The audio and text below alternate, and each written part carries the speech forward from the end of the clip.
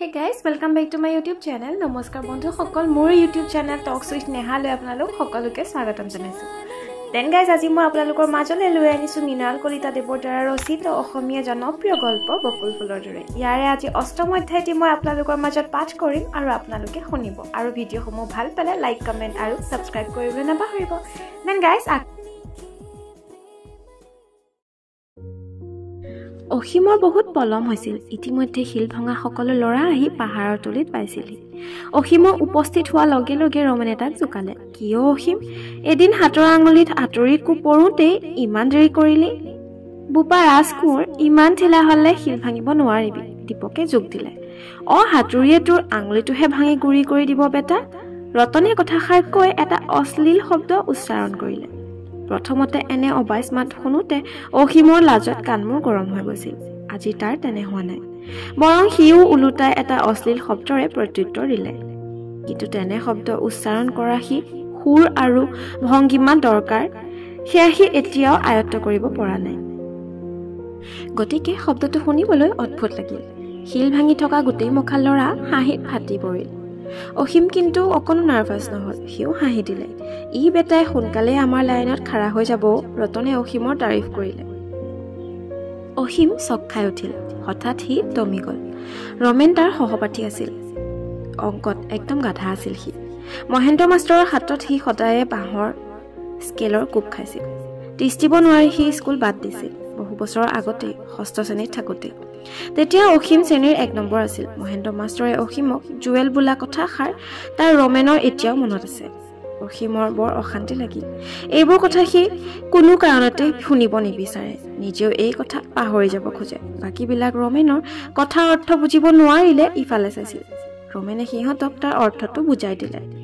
মহেন্দ্ৰ টপাই অসীমক তাৰ স্কুলত জুৱেল বুলি কৈছিল। জুৱেল মানে মুকুতা, আৰু মোক কৈছিল বলদ।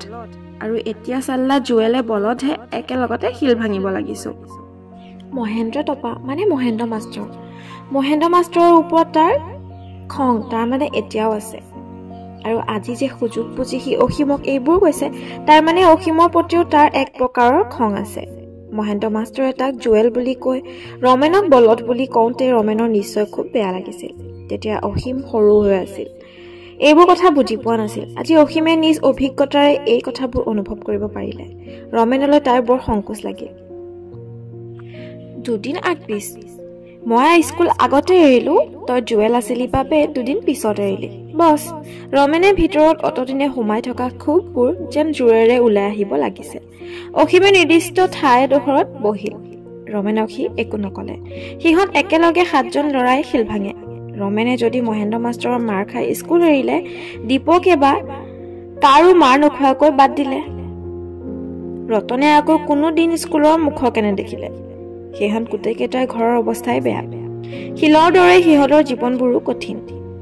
মাত কথাও কৰ্কট আৰু খাংখাজ। এইখন এখন বেলেগ পৃথিৱী, কঠিন পৃথিৱী, শিলাময় পৃথিৱী। বেছি ভাবি দুখ কৰি থকাৰ সময়ত নাই। অসীমে হাতুৰিটো তুলি লৈ প্ৰচণ্ড জোৰেৰে শিল এটাত কোব মাৰিলে। শিলটো দুটুকুৰা হৈ বিপৰীত দিশত চিটিকি পৰিল। বাকীবোৰ লগৰীয়া গলগৈ। শিলবোৰ মিঠাতেলৰ টিনেৰে হিচাপ কৰি দিবাকৰ বোলা মানুহজনে সকলোৰে প্ৰাপ্য টকাখিনি দি দিলে। দিবাকৰক এই কুঁৱৰীটোৰ মালিক পৰেশ বোলা মানুহজনে চোৱা চিতা কৰিবলৈ ৰাখিছে। মালিক সাধাৰণতে কুঁৱৰীটোলৈ নাহে। দিবাকৰক কুঁৱৰীটো চাবলৈ দি মালিকে নিশ্চিন্ত হৈ লৈছে। মালিকে ৰাস্তা ঘাটৰ ঠিকাৰ কাম কৰে। কেইবাডোখৰতো আন ব্যৱসায়ো আছে। অসীমে ইমান খবৰ লোৱাৰ বাবে তাৰ আগ্ৰহ নকৰিলে। বহুত কথা সি বুজিও নাপায়। সি মাত্ৰ এটা কথাই জানে, তাৰ মালিক এজন খুব টকা থকা মানুহ, ডাঙৰ মানুহ। মানুহবোৰে মালিকক খুব ভয় কৰে।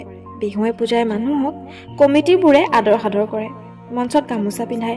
অসীমহঁত সৰু ল'ৰা, সৰু কাম কৰে। মানুহজনৰ লগত মুখামুখি হোৱাৰ প্ৰয়োজন নহয়। অসীমে তাৰ পৰা পাবলগীয়া টকাখিনি ললে, কিন্তু সি এতিয়াও ঘৰলৈ যোৱা নাই। যোৱাৰ কোনো ইচ্ছাও অনুভৱ কৰা নাই। এতিয়া ঘৰত বাপেকে নিশ্চয় তালৈ অপেক্ষা কৰি আছে। এতিয়া ঘৰলৈ গলে তাৰ দিনটোৰ কষ্টৰ উপাৰ্জনখিনি পানীত পৰিব। মদ খাবলৈ সেই পইচাখিনি বাপেকে গাৰ বলেৰে কাঢ়ি লৈ যাব। তাৰ বৰ ভাগৰ লাগিছে। ঘৰলৈ গৈ খাটত শুব পাৰিলে অলপ আৰাম পালেহেঁতেন। সেই আশা সদ্যহতে সি বাদ দিলে। এশটা বহল শিলত অসীম শুই পৰিল। অলপ অলপকৈ আন্ধাৰ জমিবলৈ আৰম্ভ কৰিছে। পাহাৰৰ খৰুং ডোখৰত ইতিমধ্যে বেছিকৈ আন্ধাৰ হৈ পৰিছে। দেউতা কিয় এনেকুৱা হ'ল? আগতে দেউতাকে মদ নাখাইছিল। আজি কেইবা বছৰমানৰ পৰাহে দেউতাকে মদ খাবলৈ লৈছে। গাঁৱত মদ খোৱা মানুহবোৰক কোনেও ভাল চকুৰে নাচায়। মদ খোৱা মানুহক সিও ভাল নাপায়। তেনেকুৱা মানুহক খুব ভয় কৰে সি। প্ৰথম যিদিনা ৰাতি মদ খাই দেউতাকে ঘৰ সোমাইছিল তাৰ বৰ ভয় লাগিছিল। দেউতাকৰ মুখৰ পৰা সেইদিনা যেতিয়া অচিনাকি তীব্ৰ গোন্ধ এটা তাৰ মুখৰ নাকত পৰিছিলহি, তাৰ বমি বমি লাগি গৈছিল। দুৰুল খোৱা জিভাৰ শব্দৰ অস্পষ্ট হৈ গৈছিল। অকাৰণতে মানুহজনে উচ্চ স্বৰে হাঁহিছিল, চিঞৰি চিঞৰি কান্দিছিল। লাগ বান নোহোৱা কথা এসোপা মানুহজনে অন্তহীনভাৱে বকি গ'ল। তাৰ বাপেকো তাৰমানে মদপী হৈ গ'ল। তাকো তাৰমানে এতিয়াৰ পৰা মদপী পুতেক বুলি ক'ব। তাৰ বৰ দুখ লাগিছিল। তাৰ বাপেকে মদ খোৱা কথাটো গাঁৱত লাহে লাহে সকলোৱে গম পাব ধৰিলে। তাৰ স্কুলৰ শিক্ষকবোৰেও গম পাব, লগৰীয়াবোৰেও গম পাব। কোনোবা দিন হয়তো বাপেকে মদ খাই আহি ৰাস্তাত লাং খাই পৰি থাকিব বা ৰাস্তাই ৰাস্তাই প্ৰবাল বকি বকি যাব। বেসুৰা মাতেৰে গান গাই গাই ঢলং পলংকৈ গৈ থাকিব।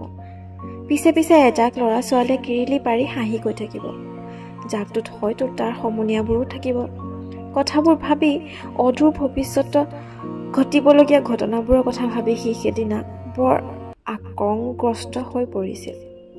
সি কান্দিবও পৰা নাছিল, অথচ তাৰ বিৰাট দুখ লাগিছিল। মাকে কান্দিছিল মনে মনে, ওচৰ চুবুৰীয়াই নুশুনাকৈ। মাকক কন্দা দেখি ভনীয়েক আজলিও কান্দিছিল।